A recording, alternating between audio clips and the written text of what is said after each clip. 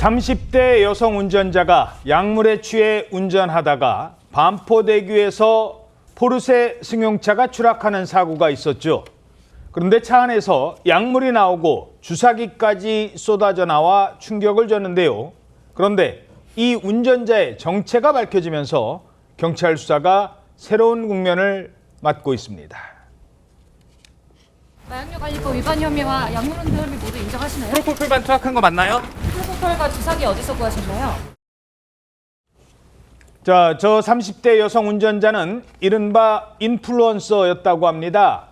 보통 병원을 평소에 홍보하는 그런 일을 했다고요. 네, 그렇습니다. YTN 등의 보도에 따르면요. 이 30대 여성 운전자 A씨는 SNS에서 팔로워 11만 명을 이제 보유한 인플루언서로 알려지고 있습니다.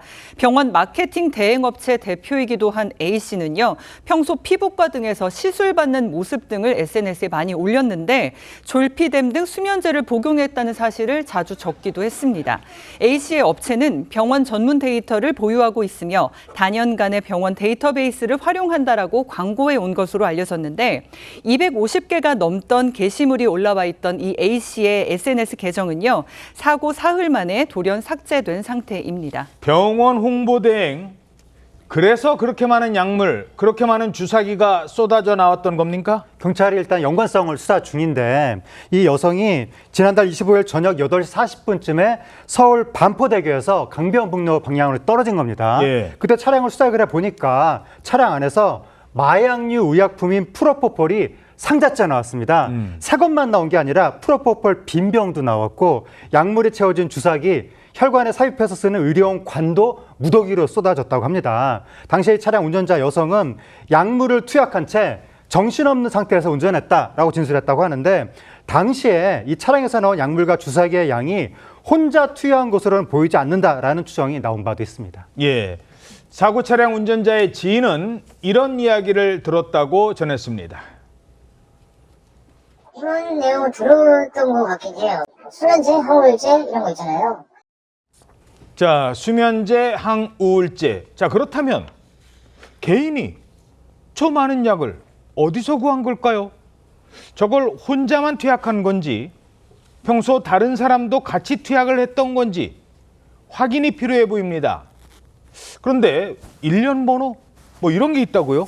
프로포폴이라는 약물은 그 중독성 때문에 마약류 관리법 등 관련 법률에 엄격한 관리를 받는 약물입니다. 그렇기 때문에 일련 번호와 사용 시기 등을 구체적으로 확인할 수 있도록 관리가 되고 있는데 그러니까 이 일련 번호를 통해서 어떻게 유통이 됐는지 추적도 가능하다는 얘기죠.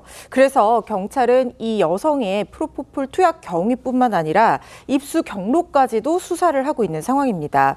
경찰이 구체적인 투약 경위와 입수 경로를 확인하기 위해서 혹시나 병원 홍보를 하는 A씨의 업체와 관련된 것은 아닌지도 밝혀봐야 되는 부분이기 때문에 이 업체도 수사를 하고 있는 상황입니다. 또 업무상 관계를 맺어온 병원들과 얽혀 있을 가능성까지 모두 다 열어놓고 약물 공급처를 수사 중인데요. A씨가 단순 투약을 넘어서 약물을 유통하는 데 직접 관여했다라고 하면 이 부분 역시도 추가적인 처벌 대상이 될 수가 있습니다. 가중처벌도 될 수가 있는 부분이거든요. 또한 이런 것들 양이 많다고 하면 혼자 이 모든 범행을 다 하기는 어렵기 올 수 있기 때문에 단순 투약이 아닌 유통과 관련한 공범들이 있는지 혹은 투약과 관련한 공범들이 있는지 이런 것들도 수사 대상이 돼야 됩니다. 그런데 오늘 서울경제 단독 보도에 따르면 병원 마케팅 대행업체 대표인 A씨가 업무상 관계를 맺어온 병원에서 근무했던 적이 있는 한 직원이 자신이 약물을 건넸다 이렇게 경찰에 자수했다는 보도까지도 나와 있는 상태입니다. 예. 아니 근데 약물에 얼마나 취했으면 아까 보셨듯이 다리 아래로 떨어졌을까요? 저게 사람들한테 떨어졌으면 야 진짜 아찔한 사고였잖아요. 그렇습니다. 이 경찰은 약물에 취한 A씨가 끔찍한 인명피해를 유발할 수도 있었다라고 보고 특가법 위험운전 치상 등의 혐의를 적용하는 것을 검토하고 있습니다. 사고 당시 운전자 A씨는 약물을 투약한 상태로 포르쉐를 몰고 강변북로를 주행하다가 반포대교에서 벤츠 위로 추락한 뒤 잠수교까지 떨어지는 사고를 냈습니다.